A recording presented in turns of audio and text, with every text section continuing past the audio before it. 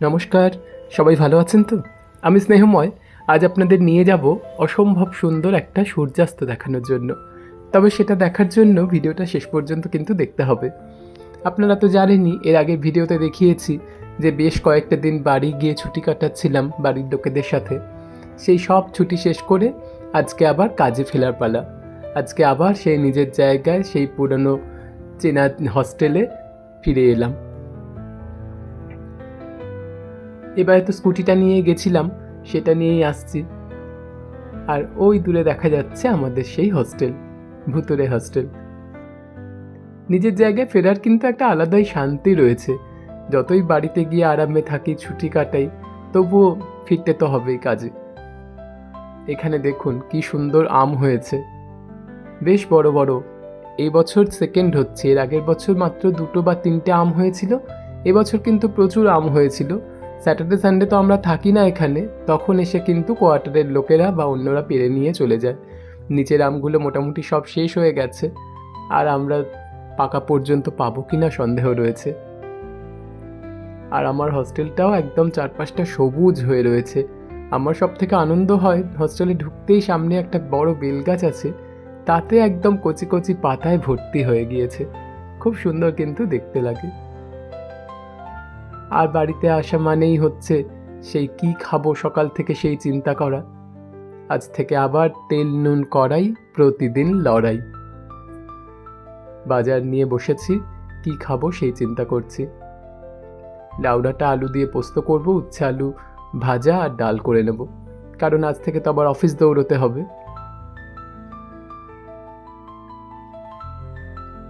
বিকেলবেলায় বন্ধুরা বলল যে অনেক দিন পর পেয়েছে আমাকে, যে চলো সবাই মিলে কোথাও গিয়ে একটু ঘুরে আসি, চা খেয়ে আসি। চলো, যাওয়া যেতেই পারে। আমরা সবাই মিলে যাচ্ছি খয়রুল্লাহ চক হয়ে সিজুয়ার দিকে, সিজুয়ার জঙ্গলের দিকে। ওদিকে নাকি খুব সুন্দর সুন্দর এখন চা পাওয়া যায়। এই চা খাওয়াটা এখন খুব ফ্যাশন হয়েছে এখানকার ছেলে মেয়েদের মধ্যে। বিকেলবেলা হলেই সবাই বেরিয়ে পড়লো চা খাওয়ার জন্য অনেক দূরে দূরে চলে যাওয়া। আমরা যেহেতু বড় রাস্তা দিয়ে যাচ্ছি না, গ্রামের রাস্তা দিয়ে যাচ্ছি, তাই জন্য কারোরই মাথায় হেলমেট নেই। তবে আপনারা কিন্তু কেউ এটা করবেন না, আপনারা যখনই গাড়ি নিয়ে বেরোবেন সবাই হেলমেটটা ইউজ করবেন। এই খয়রুল্লাহ চকে আগে আমরা কখনো আসতাম না, এরকম একটা ভয় ভয়ে থাকতাম। শহর তলি বলা চলে এটা, কিন্তু আস্তে আস্তে শহরটা বাড়তে বাড়তে এখানেও চলে এসেছে। প্রচুর মানুষের বাস, এখন খুব ভালো জায়গা হয়ে গিয়েছে।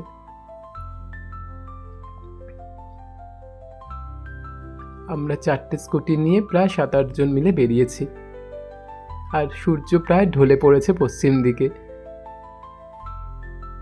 5:30 বেজে গিয়েছে। সিজুয়া একসময় মাওবাদীদের জন্য খুব কুখ্যাত ছিল। এখানে প্রচণ্ড মাওবাদীদের দাপাদাপি ছিল। সেসব দিন এখন অতীত। এখন মানুষ বেশ শান্তিতেই বসবাস করছে। জঙ্গল ঘেরা আমাদের পশ্চিম মেদিনীপুরের একটি অপূর্ব সুন্দর জায়গা। লাল মাটি আর শালের জঙ্গল, কি ভীষণ যে সুন্দর, সে একমাত্র যারা দেখেছেন তারাই বুঝতে পারবেন এর সৌন্দর্যের কথা। শালের সাথে সাথে ইউক্যালিপটাস আর আকাশমণি গাছের জঙ্গলও রয়েছে। বাড়ির থেকে বেরিয়ে মাত্র 4-5 কিলোমিটারের মধ্যেই কিন্তু এই সুন্দর সুন্দর জায়গাগুলো রয়েছে। মাঝে মাঝে বেরিয়ে পড়তে পারলেই হলো। অবশেষে আমরা ঢুকে এসেছি।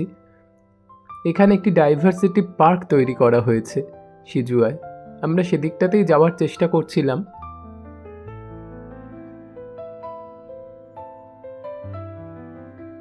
কিন্তু পরে সবাই মিলে ঠিক করা হলো যে এখন এই সন্ধেবেলায় পার্কে গিয়ে আর কোনো কাজ নেই। সেখানে শুধু শুধু এন্ট্রি ফি দিয়ে ঢুকতে হবে হয়তো, কিন্তু দেখা সেরকম কিছু যাবে না। তাই জন্য আমরা এই জায়গাটাতেই বসে খানিকক্ষণ কাটিয়ে দেবো বলে ঠিক করলাম। এখানে বিশাল বড় একটি জলা রয়েছে, বাঁধ বলা হয় যাকে। সেটিকে দেখলাম এর আগের সরকার ওই যে জল তীর্থ হিসাবে তৈরি করেছেন। এর চারপাশটা সুন্দর করে বোল্ডার পিচিং দিয়ে বাঁধিয়ে দেওয়া হয়েছে এবং জল ধরে রাখার একটা ব্যবস্থা করা হয়েছে। সুন্দর করে সিঁড়ি তৈরি করে দেওয়া হয়েছে। সেখানে বসে বসে সবাই হাহা হিহি আড্ডা, আর প্রত্যেকে তো একদম রিলও বানিয়ে ফেললো গান চালিয়ে চালিয়ে। বেশ সুন্দর একটা বিকেল কাটলো কিন্তু।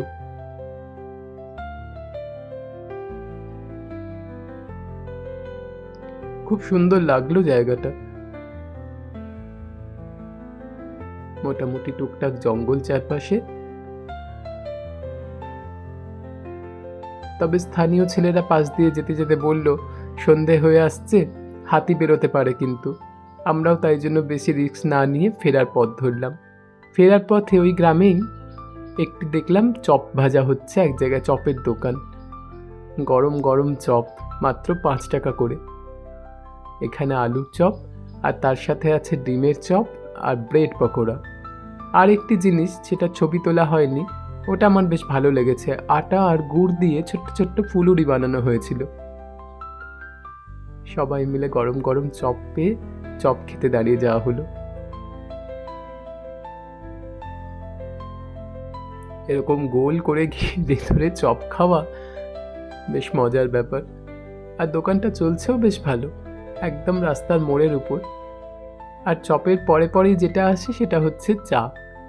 চাটাও কিন্তু খুব সুন্দর এখানে বানিয়েছে, মাত্র 5 টাকা করে চাও পাওয়া যাচ্ছে। ট্রেনে এই কাপগুলোই 10 টাকা করে নিয়ে নেয়। চপগুলো এতই ভালো ছিল যে সবাই খাবার সাথে সাথে পুটু, টুকাই এরা আবার বাড়িতে নিয়ে যাওয়ার জন্য কিনেও নিল। আবার একদিন আসতে হবে এখানে চপ খাওয়ার জন্য। এইসব শেষ করার পর সবাই মিলে বলল চলো তোমাকে আর একটা জায়গায় নিয়ে যাই, সেখান থেকে খুব সুন্দর সূর্যাস্ত দেখতে পাবে। সেটা হচ্ছে কঙ্কাবতী। কঙ্কাবতীতে কাঁসাই নদীর ধারে একটি জায়গা রয়েছে, সেখানে এই ভেতর দিয়ে বেশ সুন্দর চলে যাওয়া যায়। আমরা সেখান থেকে যাব কঙ্কাবতী গ্রাম পঞ্চায়েতের সামনে দিয়ে যে রাস্তাটা সোজা চলে গেছে নদীর দিকে, সেখানে। এই যে এই সাদা পাঁচিল দেয়া বিল্ডিংটি হচ্ছে কঙ্কাবতী গ্রাম পঞ্চায়েত, আর এখান থেকেই সোজা রাস্তা চলে গেছে একদম কাঁসাই নদীর পাড়ে।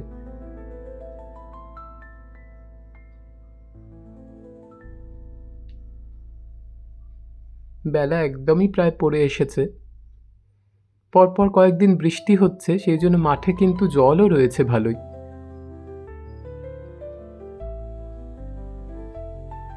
সুন্দর দেখতে দেখতে আমরা চললাম নদীর ধারে।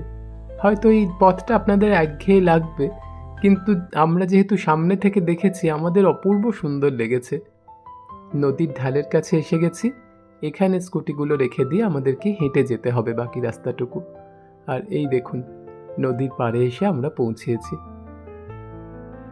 যে ঢালের রাস্তাটা দিয়ে আমরা নেমে এলাম সেই রাস্তাটাই সোজা চলে যাচ্ছে নদীতে। যে জায়গাটাতে জল রয়েছে সেখানে একটা বাঁশের সেতু তৈরি করে দেওয়া হয়েছে, এবং তার উপর দিয়ে বাইক নিয়ে, টোটো নিয়ে লোকজন বেশ পারাপার করছেন।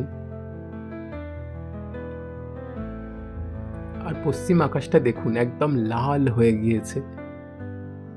আমি এর আগে বহুবার সমুদ্রের পাড়ে গিয়েছি, দীঘাতে, পুরীতে, বিভিন্ন জায়গায়, কিন্তু কোথাও আমি সূর্যাস্ত বা সূর্যোদয় দেখতে পাইনি, মেঘের জন্যই বেশিরভাগ সময়টাতে।